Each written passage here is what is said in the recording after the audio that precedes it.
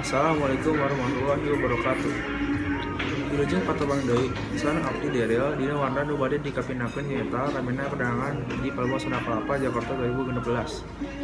Merasakan suasana kota di kota tua di Jakarta, Mall Afdol Lampung teu nganjang ka Pelabuhan Sunda Kelapa.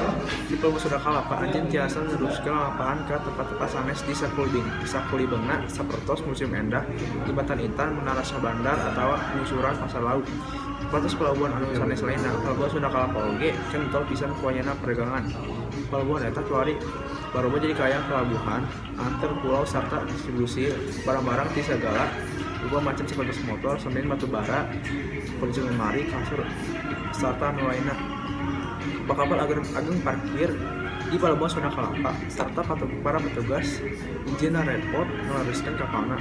Keliling ditingali ka pelabuhan seueur truk kontainer anu ngeukeun barang nu diarasukeun ka jero kapal.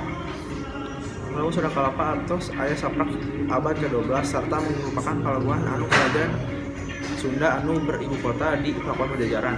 Kapal-kapal sejen anu asal ti Cina, Jepang, India keur ngabantu barang-barang porselen, kopi, sutra, lawon, minyak sengit, kuda, anggur sarta zat clear kanggo dituker ka rempah-rempah di Indonesia.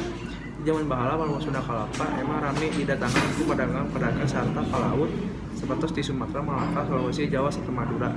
Sunda Kelapa seueur diperdagangkeun pedes, beas, asem, daging, emas, sayuran serta buah-buahan.